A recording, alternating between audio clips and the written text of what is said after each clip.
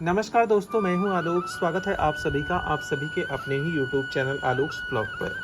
आज की इस वीडियो के अंदर हम लोग अपने इस एग्लोनिमा के दोनों प्लांट को रिपोर्ट करेंगे। ये एग्लोनिमा ट्राई कलर है। देखिए इसके पत्ते कैसे बिल्कुल छोटे छोटे निकलने लगे थे और जो पत्ते आ रहे थे बहुत ही सिकुड़े सिकुड़े से आ रहे थे। तो जब मैंने इसको पॉट के अंदर से निकाला तो काफ़ी सारी इसकी रूट्स जो है वो डैमेज हो गई थी। तो मैंने सोचा अब इसको रिपोर्ट कर लेते हैं। और दूसरा पौधा जो है ये अब मेरा चाइना पिंक है। ये देखिए बहुत खूबसूरत लगता है देखने में, लेकिन मैंने देखा इसकी भी रूट्स बिल्कुल वैसे ही गल रही थी। इसमें कोई बहुत विशेष दिक्कत तो नहीं दिखाई दे रही थी, लेकिन जिस हिसाब से ये नीचे से नए पब्स नहीं बना रहा था तो मेरे लिए चिंता की थोड़ी बात थी कि ये पौधा न्यू पब्स क्यों नहीं बना रहा है। तो कुछ ख़ास बातें जो मैं आप लोगों के साथ शेयर करना चाहूँगा।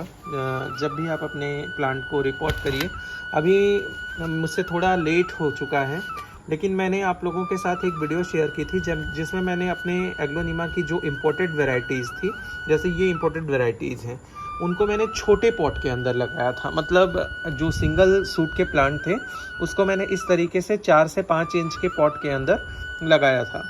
तो वहाँ पर मैंने काफ़ी सारी चीज़ें बताई भी थी, लेकिन मैंने अपने ये 2 प्लांट, मुझे लगा कि इसमें तो न्यू शूट भी निकल आया था, जैसा कि आपको दिख रहा होगा।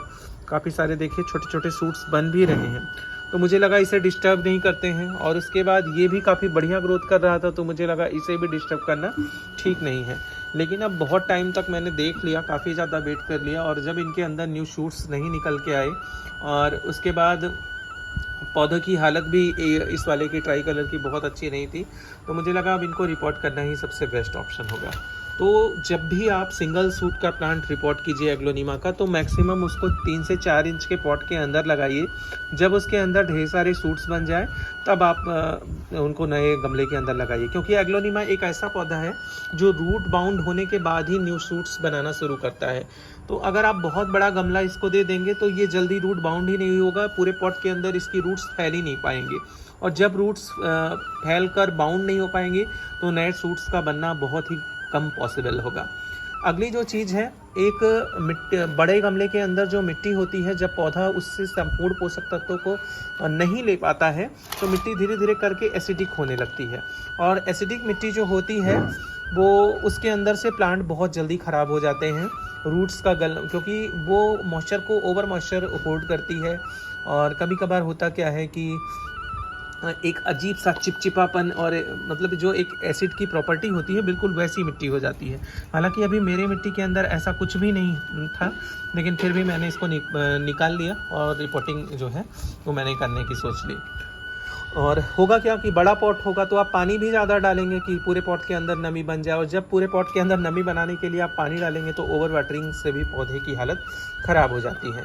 तो ये 3 चीज़ें बहुत ही विशेष ध्यान दीजिए। सिंगल सूट के प्लांट को 3 से 4 इंच के पॉट के अंदर लगाइए, बहुत बड़े गमले के अंदर मत लगाइए। इसके अलावा आप मिट्टी का ध्यान दीजिए कि अगर बड़े गमले में आप लोगों ने लगा दिया है तो मिट्टी उसकी एसिडिक ना होने पाए, ओवर वाटरिंग ना होने पाए, इन चीज़ों का ध्यान रखना है। अभी मेरा ये पौधा जो है मैंने निकाल लिया है, और मैंने जो मिट्टी तैयार की है, इस मिट्टी के अंदर आपका 30% कोकोपीट है, 30% आपका मोटी वाली जो सैंड होती है वो है, रेड कलर वाली। फिर उसके बाद मैंने देखिए चारकोल के टुकड़े डाले हुए हैं। लगभग मैंने 20% इसके अंदर परलाइट डाली है, मतलब 30% आपका सैंड है मोटी वाली, और 30% आपका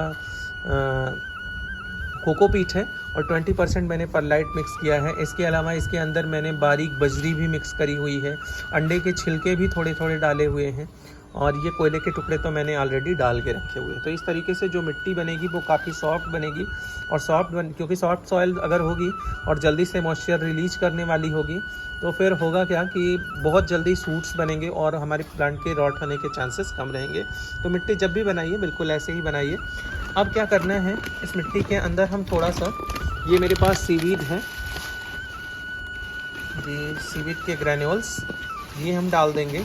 ये बहुत सही समय है रिपोर्ट करने का पौधा अपने पौधों को, क्योंकि बारिश का समय चल रहा है, और बारिश के समय अगर हम अपने पौधों को रिपोर्ट करते हैं तो ये बहुत ही बढ़िया ग्रो करेंगे। तो ये सीवीड के ग्रेन्यूल्स हैं, ये मैंने डाल दिया इसके अंदर। और अब डाल देते हैं इसके अंदर थोड़ा सा फंजीसाइड। फंजीसाइड पाउडर डालने से होगा क्या कि मिट्टी भी हमारी थोड़ी सेफ हो जाएगी, इसके अंदर किसी भी तरीके के फंगस का पनपना नहीं हो पाएगा। तो चलिए अब इसको पहले मिक्स कर लेते हैं। और यहाँ पर मैंने ये 3 से 4 इंच के 2 पॉट लिए हुए हैं। इनके ड्रेनेज होल को खूब अच्छे से कवर करेंगे और इसी मिट्टी के अंदर अपने पौधे को लगाएंगे। और देखिए मैंने ये ड्रेनेज होल कवर कर लिया है और एक पौधा मैंने ऑलरेडी लगा भी दिया। ये देखिए छोटा से पॉट के अंदर लगाया। इसकी रूट्स ऐसे बनी हुई थी कि ये साइड में जाकर ये सूट्स बन पाया।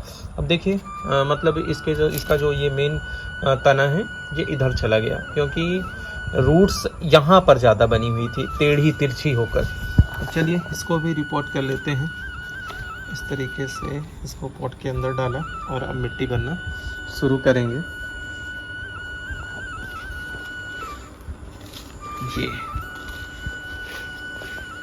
हमेशा इस चीज़ का ध्यान रखिए कि कभी भी इम्पोर्टेड वैरायटीज़ जो हों उनको बहुत बड़े पॉट के अंदर मत लगाइए। मेरे लिए भी धीरे धीरे करके आदमी होता क्या है कि अपनी गलतियों से ही सीखता है। तो मैंने भी अपनी गलती से सीखी है काफ़ी सारी चीज़ें। मैंने पहले तो बहुत ज़्यादा छोटे छोटे पौधों को एग्लोनिमा के बहुत बड़े बड़े पॉट के अंदर लगा दिया और फिर उसका खामियाजा भी भुगता मैंने। तो अब धीरे धीरे करके चीज़ें सब जैसे जैसे समझ में आ रही हैं तो आप लोगों को भी समझाने की कोशिश करता हूँ। तो ये हो गई मेरे पौधों की रिपोर्टिंग कंप्लीट। कैसी लगी आपको मेरी ये वीडियो कमेंट सेक्शन, पानी दे देंगे अभी, पानी ऐसा नहीं है पानी नहीं डालना है। कैसी लगी आप लोगों को मेरी ये वीडियो कमेंट सेक्शन में जाके बताइएगा। ऐसी ही किसी नई वीडियो नए अपडेट के साथ मिलते हैं आप लोगों से किसी नई वीडियो में। तब तक के लिए bye bye and take care.